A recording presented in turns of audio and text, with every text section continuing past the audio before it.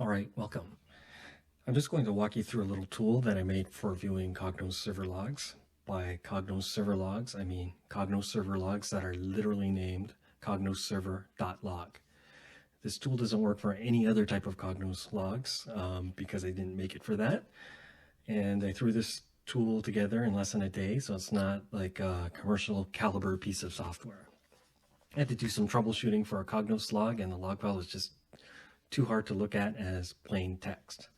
So aside from the fact that I threw this together pretty quickly, it's important to note that I haven't tested it with very large cognosserver.log files. And also I have a pretty beefy system, so on my machine it's pretty fast, but it may be slow on your machine depending on the size of the log that you're trying to import. Now, having said that, when you're doing log analysis, you're usually working within a specific time frame in the logs, so you can always upload a truncated log file or select the lines from your log that you need and add it using your clipboard. So how does this work? So normally I wouldn't tell you how my application works in too much detail, but since you're dealing with log files, you're probably concerned about whether the log file you're uploading is transmitted anywhere, and the answer is no. This little web application is written in a way so that it's only using the local storage within your browser. So just like a cookie, it uses the database built into your web browser, and Chrome, Edge, Internet Explorer, Firefox, they all have some built-in database storage that are available to web apps.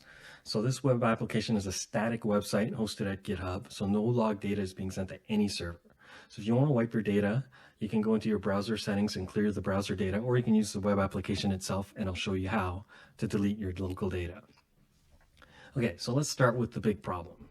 Cognos servers, the logs are pretty unreadable, as you can see with this depersonalized log I have on my screen. You can scroll through it, and unless you are very good at visualizing large blocks of text, it's going to look a little hard to read. And you can't even import it into a spreadsheet because some items are multi-line, such as the Java stack traces or XML code. There used to be a log viewer application for Cognos, but I'm pretty sure it's not supported starting with version 11.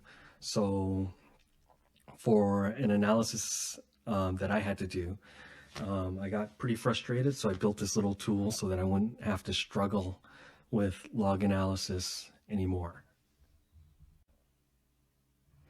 All right, so let's get a log loaded so you can see what this tool does. So as you can see, I'm just going to load this cognosserver.log that I have in my text editor here into the log viewer. It's a pretty small file, around 600K, about 700 lines maybe. So let's add from file. The URL, by the way, is here, but I will also post it in the show notes. So browse, I've already got my directory selected, so let's pick the log, click create, and after a few seconds, it will load all of the log data.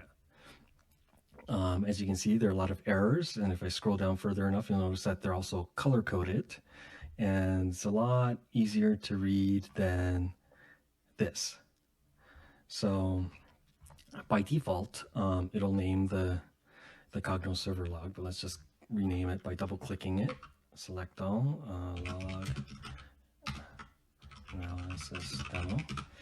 I can filter items out by typing a keyword. So if I'm looking for a content store item, let's see if we have any,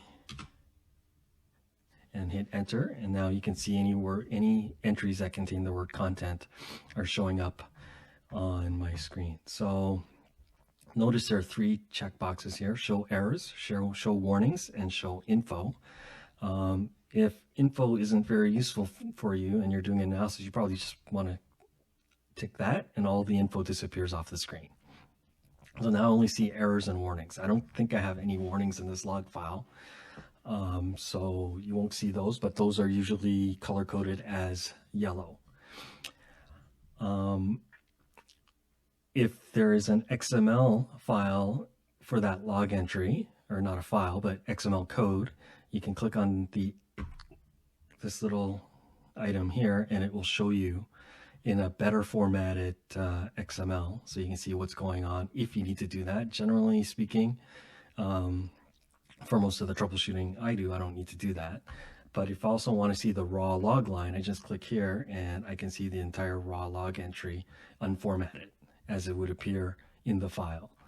Now, this tool was built based on log files that I had existing, and I'm sure there are edge cases that were not in my log files that I could not parse out. But in any case, it gives you usually enough information that you can use to either search on Google. So for example, with this entry, I can see a CMREC 4342 error code that I can search for if that was the error I was trying to figure out. So let's say that in your analysis, you are looking to exclude irrelevant messages. You can flag items in your log by clicking on the flag icon. And I've just randomly selected some here. And if I click on the checkbox for show only flagged items, it allows you to focus only on the error messages that may apply to whatever analysis you're doing. One of the errors I've selected has a stack trace in Java. So you can also click on that to expand that, just like the click to expand XML. But that's basically the functionality of the Log Viewer at its core. And when you're finished, you can simply delete your log and it will go away.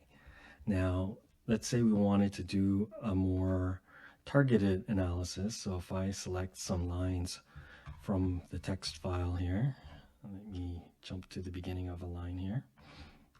So I've selected a bunch of lines. I can also paste a log from my clipboard by clicking on Add from Clipboard, and it previews the lines, and you click on Create, and it will import all of the lines from your log that you had copied to your clipboard, and you can perform the same type of analysis. Oh, and here you'll notice that I actually have a warning. So if I were to just hide the errors and info, we can see my warning right here.